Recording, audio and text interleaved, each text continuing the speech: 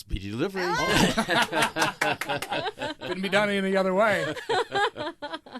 Okay, you okay? I'm beaming. You good? I have to admit, I'm beaming. Mr. McFeely is here. Mr. McFeely is here.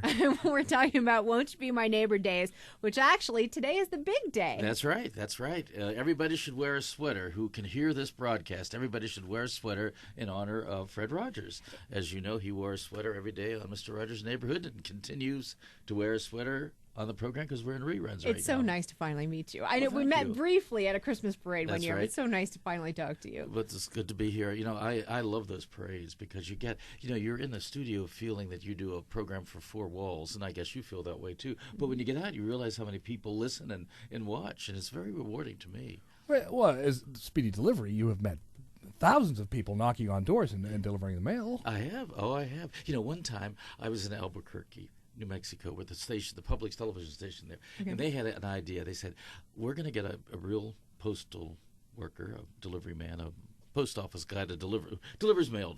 And I went on his route with him around the neighborhood. It was really like reality television because they'd come to their door and they'd see McFeely there. It was really something. And they taped it. The local news cameras taped the it was very funny because I had never done that before, really. But now, you'll be able to see Mr. McFeely on the Star website, 1007.com, as we're videotaping this. Is this the original Speedy Delivery suit? It is based on the original. I have probably used about 20 over the years. I was going to ask, yes. This, I alternate now. This is for the last 10 years, probably. You've seen this suit or one just like it on Mr. Rogers' Neighborhood. And the sweater, Mr. Rogers' sweater, is in the Smithsonian Institute. It is. I've seen it. One of the original sweaters. Are you surprised, number one, by the popularity of the show, and number two, the longevity of the show that continues in reruns? I think I am. I don't think I thought 40 years ago I'd be standing here talking to you guys. Yeah. Because I thought I had a job for 1 year. In radio and television, you move around a lot. Exactly. And I thought, well, okay, I'll take this job. For a year, we did 130 in black and white, and then I thought, well, I'll move back to L.A. where I was living at the time. This is 1968. Wow. And here I am in 2008. Turn of the century. Turn of the century, and I'm still delivering, and we're continuing Fred's legacy. Yeah. As you know, also today, they're groundbreaking for the statue down near the point. On the North Shore, On the North Shore. So, well, let's talk about some of the festivities that are going on today. Well, first of all, there is the statue groundbreaking that'll happen around 10:30 today down near the point. It'll be a statue that'll be unveiled, not in October. It's just the groundbreaking today. And then I'm going to be at the Children's Museum at 12:30 meeting the people who are coming there.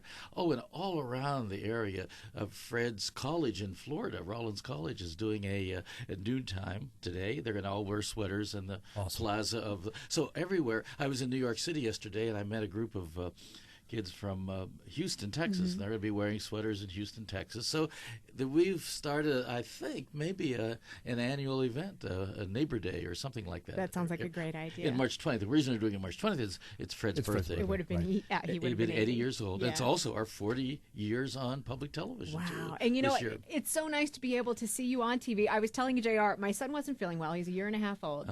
And so we taped some episodes of Mr. Rogers. We had a little marathon yesterday. And it's something that you touched on earlier. I mean, 40 years, and it's still, for kids who have iPods and everything else in the world to entertain them, something as simple as Mr. Rogers and watching him go and do things here and around Pittsburgh, something transcends through generations. What do you think that is about the show that all children come to love? I think it's Fred. I think it comes from him. He's not an actor, as you know. Yeah. He's a communicator, and he really loves children. He really wanted to do something on television for children, and that's what he created Mr. Rogers' Neighborhood.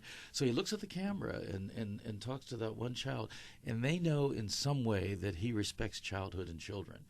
It's not just an act. And I think that comes through on some level. They can't articulate it. I can't agree with you more. And so that's, I think, one of the successes. And, of course, Mr. McFeely is part of the success, too. Absolutely. Speedy delivery. But I felt I've had a doctorate degree in child development after all these years. I don't. My background's in theater and radio and television, but it's been wonderful. Fred was I don't know if you've ever met him. I never had an opportunity. He was a wonderful man. But she did think that she did through the TV set from time to time, as you probably know, Mr. McFeely. Kate was of the common misconception that Fred would someday come to her house and be her dad. I know I wasn't alone in that. I'm sure you're not alone. She's hoping anyways.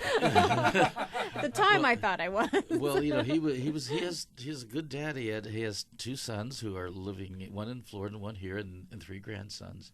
And his wife's a country pianist, and she still plays a little bit around the country. So they were a very musical family, Fred and his wife. And he loved, the one thing that we're doing right now, radio, is the one thing that Fred loved. Really? He wanted to get into radio. He wanted to do a children's program on radio. Try it. It's not places where you do sort of long-form things now, like programs. It's music and talk. But he wanted to try it and see if he could stimulate imagination that way. And he was starting to write some ideas when he took ill. That is very, very interesting. So Mr. Rogers' Neighborhood on radio would have been an interesting concept. Certainly would have been. Well, today is the day we're honoring what would have been Mr. Rogers' 80th birthday, and as well, we're celebrating the 250th anniversary of the city of Pittsburgh. And the place to be, the Children's Museum today. That's right. In the North Shore. Yeah, I'll be there. And thank the Sprout Fund, because they've been helping put some money together so we can do some of these activities. Okay. And we're celebrating 250 years of Pittsburgh. Isn't that incredible? 250 years of Pittsburgh, 40 years of Mr. Rogers' Neighborhood, and 40 years of Mr. McFeely Speedy Delivery. Speedy Delivery, and almost 80 years of Mr. Rogers in spirit here in Pittsburgh. So, and also one little plug for WQED. It's on WQED every day at 11:30. Mr. Rogers' Neighborhood. Glad you brought that up. So, and Fred helped start it. So. Now, we're all going to look at the camera. I'm going to count to 3. We're all going to say Speedy Delivery, okay? I'm in. So here we go. Wait, I got to hold your hand. Okay, here we go. JR? Sure. Here we go. Ready? Yes. 1, 2, 3. Speedy Delivery.